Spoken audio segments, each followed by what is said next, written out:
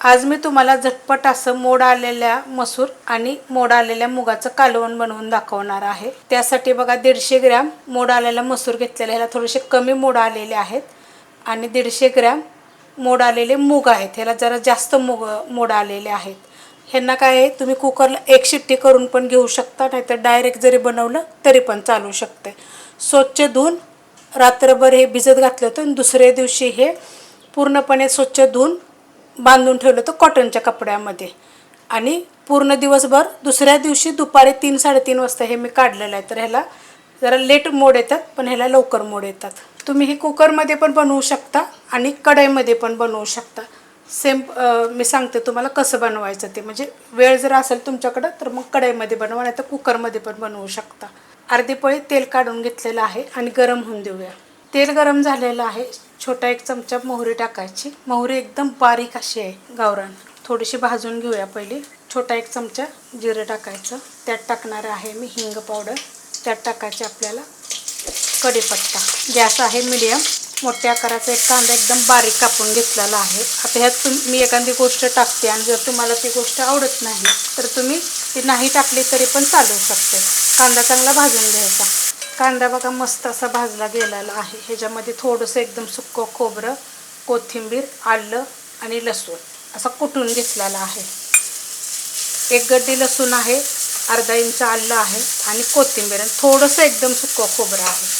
ते चांगलं परतून घेते। मस्त असं परतून घेतलेलं आहे। त्याच्यामध्ये एक टोमॅटो, मिक्सरला पण तुम्ही फिरवू शकता बरं का।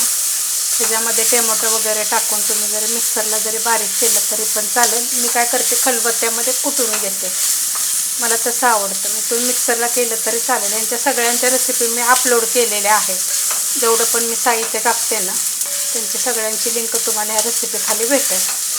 परतून घेते चांगलं, मस्त असं परतलेलं आहे। गॅस केलेला आहे एकदम। आता मी बारीक बाकीचं साहित्य काढून घेऊया। चवीप्रमाणे टाकायचं मीठ, जिरे धने पावडर 1 चमचा छोट्या आकाराचा 1 चमचा गरम मसाला पावडर, कांदा लसूण मसाला 1.5 चमचा, तुम्ही तिखटाप्रमाणे टाकू शकता, जो तुम्ही खाता तो टाकला तरी चालेल। हळद। आता हे सगळं चांगलं मी परतून घेते। मस्त असं परतून घेतलेलं आहे मसाला टाकल्यानंतर। आता ह्याच्यामध्ये मूग आणि मोड आलेले मसूर परत एकदा मी पाण्यातून काढून घेतले होते, परतून घेते ह्याच्यामध्ये। मस्त असं बघा परतून घेतलेलं आहे। गॅस केला होता मी मीडियम, कारण मसाले टाकताना गॅस करते मी हमेशा बारीक। चांगलं परतून घेतलं हे मसाल्यामध्ये 1 मिनिटभर। आता हेच असं सेम पद्धतीनं कुकरमध्ये करायचं आणि मग ह्याच्यामध्ये आपण पाणी टाकल्यानंतर मग कुकरला काय करायचं, बारीक गॅसवर फक्त 2 शिट्ट्या करायच्या, त्याच्यावर एकही शिट्टी करायची नाही।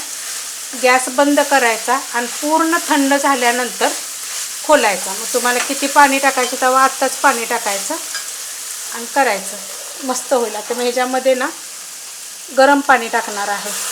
गरम पाणी का टाकते मी ह्याच्यामध्ये, म्हणजे तरी पण चांगली येते आणि पटकन होते। ह्या भांड्यामध्ये माझं बरोबर 1.5 ग्लास पाणी बसतं।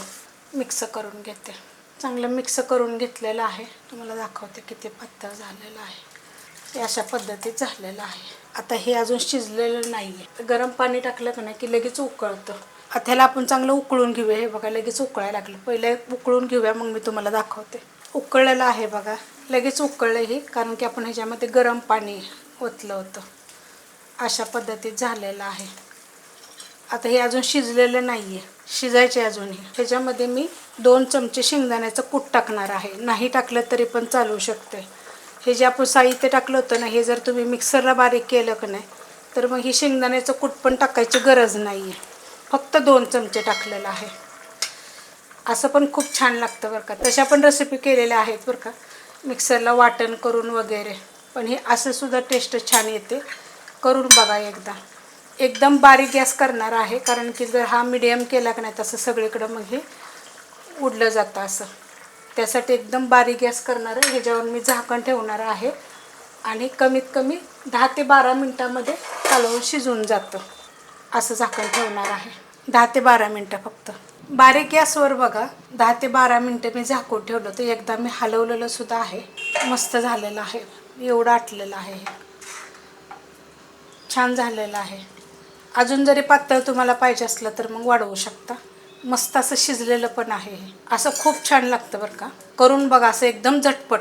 जर कुकरमध्ये केलं तर असंच करायचं, असं पाणी टाकून मग तुम्ही एक उकळी आली की झाकण ठेवायचं, झाकण लावायचं आणि 2च शिट्ट्या करायचं. त्याच्यापेक्षा जास्त शिट्ट्या करायचं आणि जास्त गाळ होतं. मग खायला पण असं मग छान लागतं.